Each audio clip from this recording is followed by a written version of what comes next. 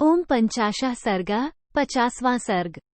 लक्ष्मण और सुमंत्र की बातचीत। मिथिलेश कुमारी सीता का मुनि के आश्रम में प्रवेश हो गया। ये देखकर लक्ष्मण मन बहुत दुखी हुए। उन्हें घोर संताप हुआ। उस समय महातेजस्वी लक्ष्मण मंत्रणा में सहायता देने वाले सारथी सुमंत्र से बोले, सूत, देखो तो सही, श्रीराम को अभी से सीताजी के विरहजनित संताप का कष्ट भोगना पड़ रहा है। भला श्री रघुनाथ जी को इससे बढ़कर क्या होगा कि उन्हें अपनी पवित्र आचरण वाली धर्मपत्नी जंक किशोरी सीता का परित्याग करना पड़ा। 3 सारथे, रघुनाथ जी को सीता का जो यह नित्य वियोग प्राप्त हुआ है, इसमें मैं दैव को ही कारण मानता हूं, क्योंकि दैव का विधान दुर्लंघ्य होता है। 4 जो श्री रघुनाथ जी कुपित होने पर देवताओं, गंधर्वों तथा राक्षसों सहित असुरों का भी संहार कर सकते हैं, वे ही दैव की उपासना कर रहे हैं, उसका निवारण नहीं कर पा रहे हैं। 5 पहले श्री रामचंद्र जी को पिता कहने से 14 वर्षों तक विशाल एवं निर्जन दंडकवन में रहना पड़ा है।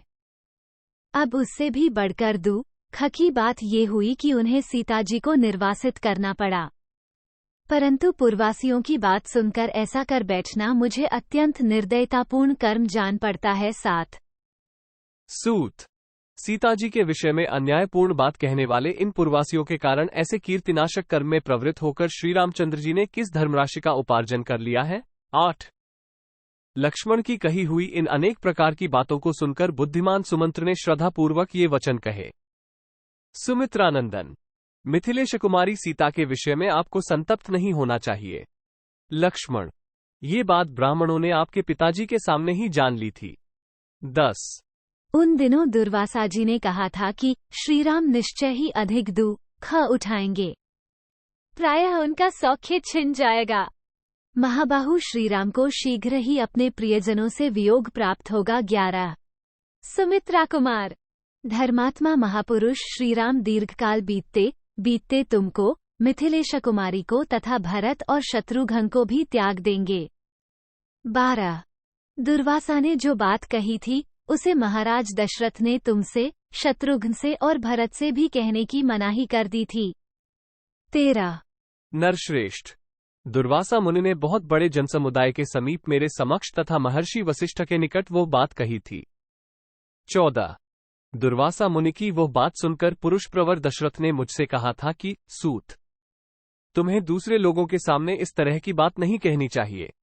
15 सौम्य, उन लोकपालक दशरथ के उस वाक्य को मैं झूठा न करूं, यह मेरा संकल्प है, इसके लिए मैं सदा सावधान रहता हूं।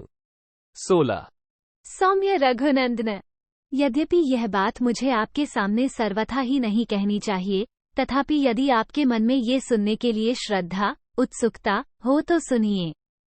17 यद्यपि पूर्वकाल में महाराज ने इस रहस्य को दूसरों पर प्रकट न करने के लिए आदेश दिया था, तथापि आज मैं वो बात कहूंगा।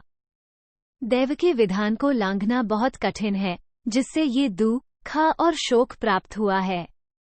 भैया, तुम्हें भी भरत और शत्रुघ्न के सामने यह बात नहीं कहनी चाहिए। 18-19 सुमंत्र का ये गंभीर भाषण सुनकर सुमित्रा कुमार लक्ष्मण ने कहा, सुमंत्र जी, जो सच्ची बात हो उसे आप अवश्य कहिए। 20 इत्यार्षे श्रीमद् रामायणे वाल्मीकि आदिकाव्ये उत्तरकांडे 50 सर्गः 50। इस प्रकार श्री वाल्मीकि निर्मित आश्रामायण आदिकाव्य के उत्तरकांड में 50वां सर्ग पूरा हुआ। 50